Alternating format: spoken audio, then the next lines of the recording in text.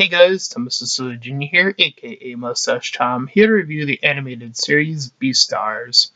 Now, the reason I'm getting into this is I had heard quite a few popular things about this animated show, and only popular things, so I was like, okay, this must be a really good show if people are only saying positive things. I've not seen anyone have a negative review of this show or series yet.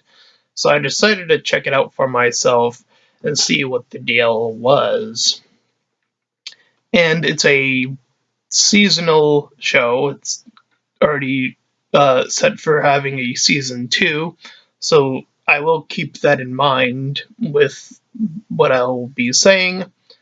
This will be sort of an unscripted spoiler review, so it will still have spoilers, but I'm just going to kind of jumble around because I haven't done a series in a long time, and all the episodes are already out, and going episode by episode would probably be a bit more difficult at this point in time, so I figure I might as well just sort of give my collective thoughts in a more unscripted way for this particular video.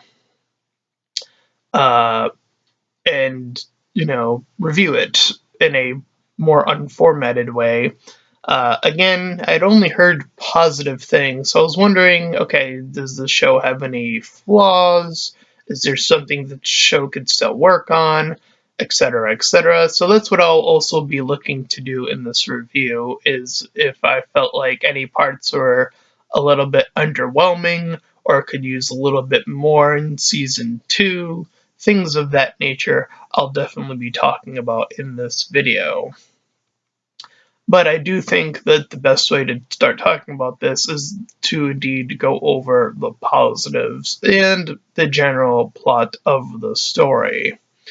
So, in this animated 12-episode series, we follow a few characters. The main character being Legoshi, Haru being a secondary main character, and then a competitive, I guess, antagonist, but not necessarily villain from what I can understand, Luis, and a few other animal-based creatures, all trying to get through life in this world. And in this particular world, we have two very diverging sets of animals, herbivores and carnivores. And at the very offset of the show, a herbivore is eaten and it is put on the plate that a carnivore indeed, and it sets it up, that he was eaten by this said carnivore, and it suggested that it was someone from the school. So with that looming over them, the students are trying to get by, and when we follow Legoshi and his crew, he's part of this sort of drama club, and the student that was killed was also part of the drama club. So we are following this group of these drama students who just experienced this. They have this case that is placed upon them. They have this diverging feeling with carnivores and herbivores being split among them, and some of them being cool with each other. And of course, the secondary part of this, which comes a little bit later on, with Legoshi meeting Haru, and the difference between him wanting to eat her and him falling in love with her, which is something that I think a lot of people have talked about to a large degree. And of course, we have other characters along the way. As I mentioned, we have Luis, who is this, I think he's a student or a teacher. The way it's presented, he's like, I guess every club that's in the school has like a front person, or like someone who is in charge but is still technically a student. I think that's how it works. Is Lewis. He is the one that is in charge of the drama club. So he is one to want to have this play be of one of perfection. And of course, he has his own drama. He has this disposition to carnivores, and he finds Legoshi rather fascinating whenever the two interact. The way certain things Legoshi either says or does throws Luis off because of the experiences he has in his past, which we learn about later on. Um, so I guess, yeah, I am kind of jumping ahead to what Luis's story is because it does happen a little bit later on where he talks about how he was a part of this food area, the black market, I believe it's what it's called. And in there, herbivores, when they die, they're sold there as meat so that the carnivores can have a place to go to satiate their hunger. Uh, which is a interesting thing because people eat, animals all the time. So it's interesting to just replace certain humans to be the other side of animals and just have the animal aspect push out a bit more as a more heavy representation of what I guess what a race would be equivalent to, but it's still stuck to what the animal is. Um, so, for just an example, Haru is seen as a slut. She sleeps around. She's a bunny. So, I think that kind of lingers from one thing to the other. Um, and she has her own reasons because she often feels coddled and felt like uh, underhanded. And when she experiences this feeling of uh, having sex, she is seen as someone who is equal. Uh, and for Luis, again, his disposition comes from almost being eaten by carnivores or being threatened at them at the very maximum or minimum, I should say, um, and dealing with that and finding this odd character within Legoshi who is dealing with his own scenario of wanting to either trying to eat Haru or fall in love with her. Whatever which way, he's trying to struggle between the two. And of course, there are a few other characters that bump along the way. The other one that I find interesting is Juno. She comes in a little bit later on. She's the secondary wolf character who comes in, kind of falls in love with Legoshi immediately, and she's trying to gain his attention, and then she eventually finds out what his whole deal is. Um, and there are a few other characters as well. We have Bill, who I think he's the tiger, if I'm not mistaken. I have a little character list off screen, so if I do get any of them confused, I do apologize. I don't have any notes that I wrote down. Um, there is this one character, I forget what his name was, and I don't know if it was Gonin. I don't know if that's the character that the name fits to, but he's this ferret character. I think he's a ferret or a weasel. I don't know. I don't know what animal he is, but anyway, um, he has a moment where Luis, since he's a part of the drama club, uh, sort of moves him to a position with Legoshi being in the art department. And they make a big deal about this, him stepping up to Luis being angry. And then they kind of just drop it a little bit, I feel. Like, he kind of still talks about it after the fact that it's done. He's like, oh man, I really wanted to be in the spotlight or whatever. And then he kind of just drops it after the fact. I do feel like that's something that they should probably address in season 2. If not, then I feel like that's a shortcoming in season 1 of that particular character, which I thought they were going to do something a lot bigger with in this season. Um, So yeah, Juno also has interactions with Luis as well. Um, threatening to, well, not threatening, but like making sure that he knows that she wants Legoshi, and she's making it crystal clear. So while all of this is going on, we also get Haru being captured by this mob group, which no one wants to deal with.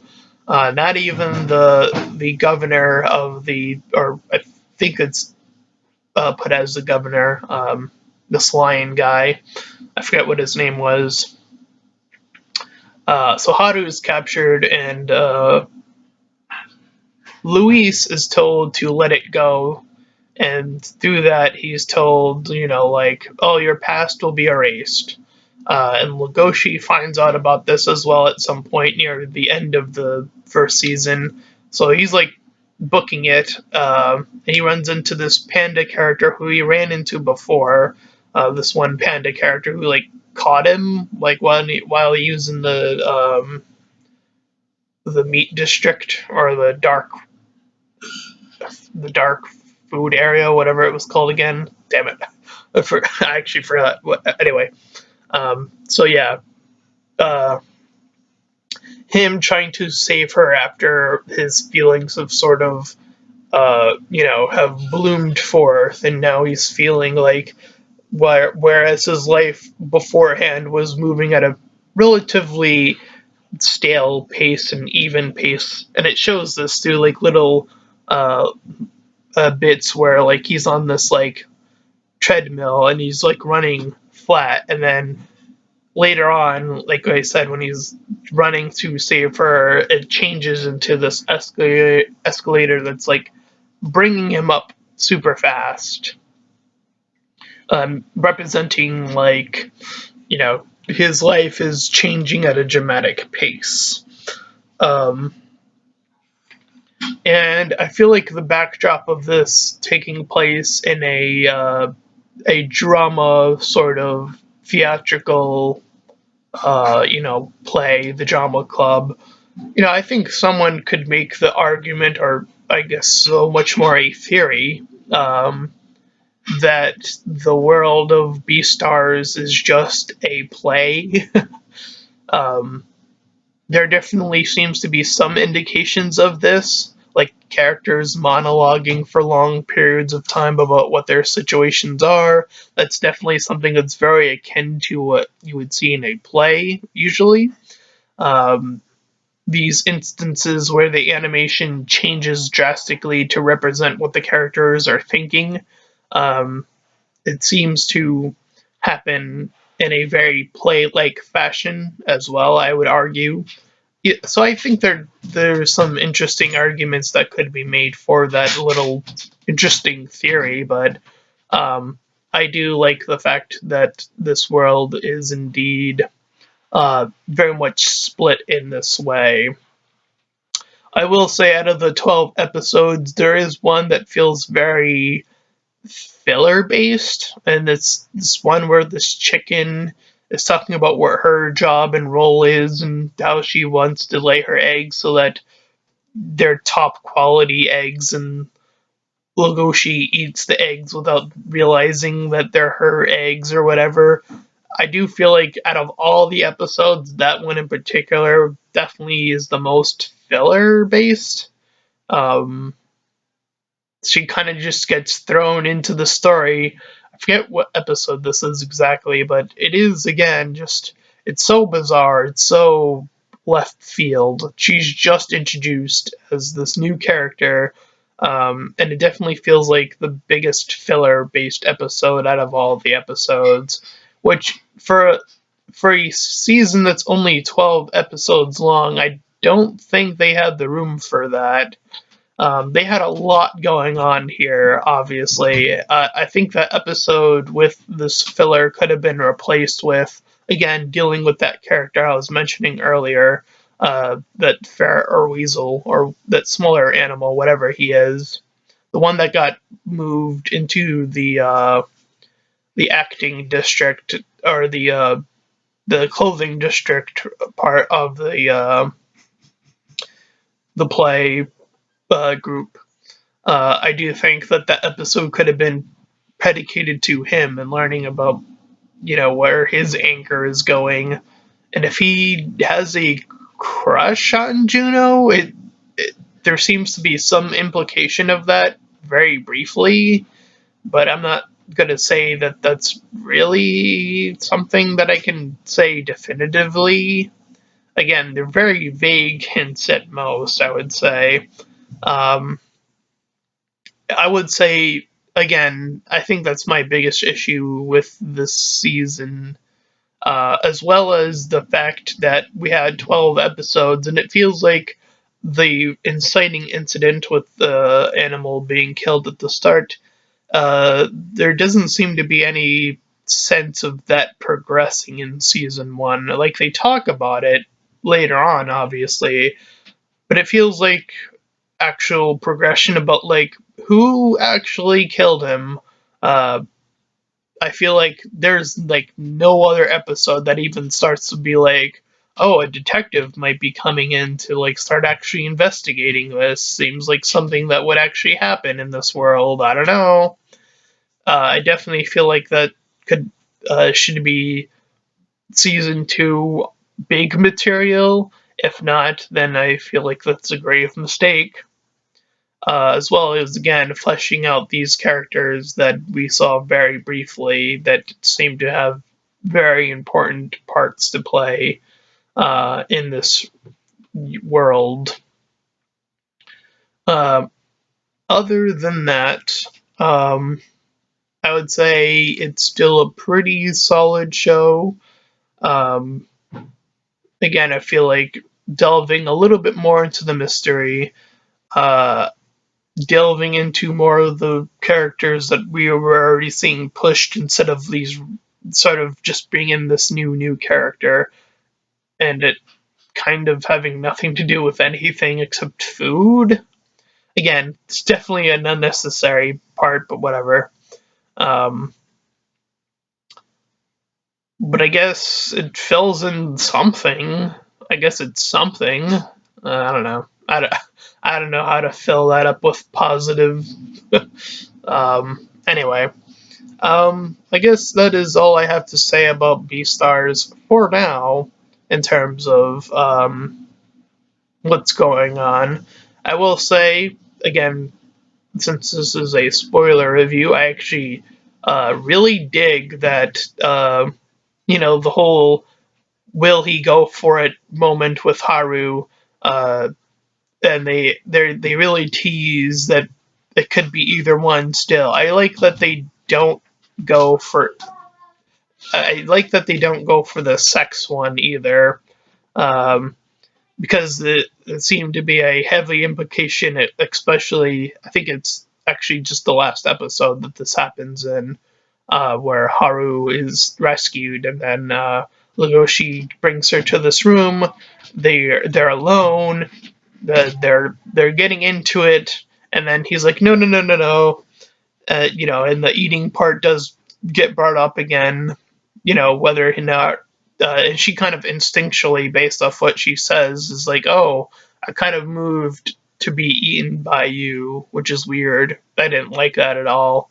And then they sort of don't do anything after the fact. I actually, that's actually pretty cool that they're not rushing that part.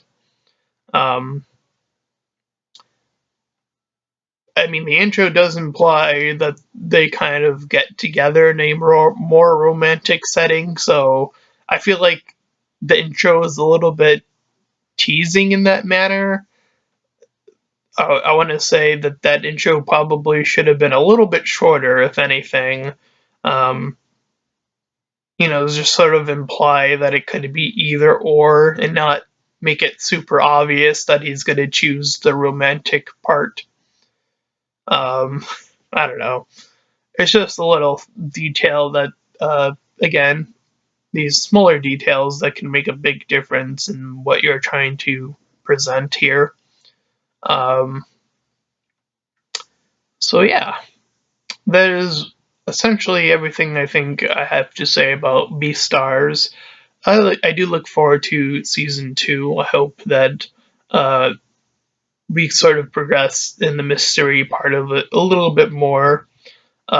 Seeing how Legoshi deals with trying to grow up uh, from his instincts and whether or not he's going to be ashamed or whatever.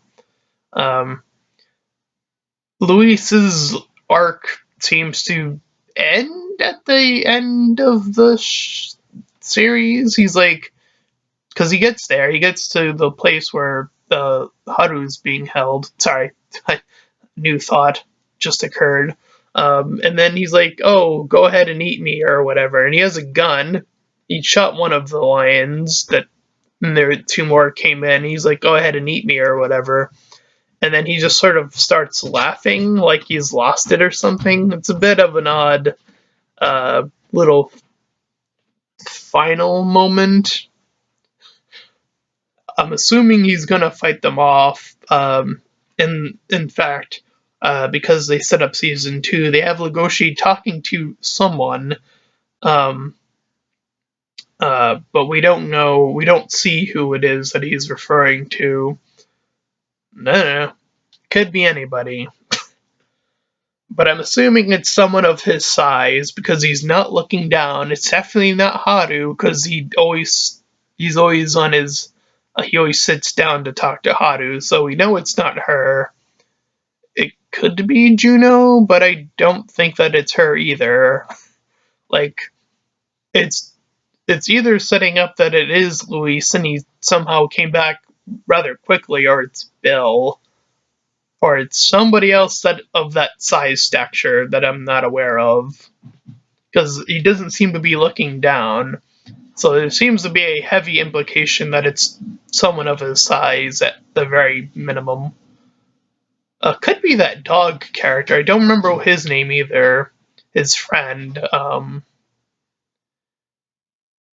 Yeah, it could be him, but I don't know why you'd be like, "Oh, you're back." It seems like an odd statement to say to the dog character. Um, so it could be Bill, could be Luis. I shrug. Anyway, sorry about that. Anyway, that is my little spoiler talk for Beastars. If you ended up enjoying it, then please feel free to like, comment, and subscribe. Also, make sure to check out those links in the description. One will head over to my Discord server, the other to my Patreon page. Any donations are greatly appreciated. Until next time, everyone, bye bye.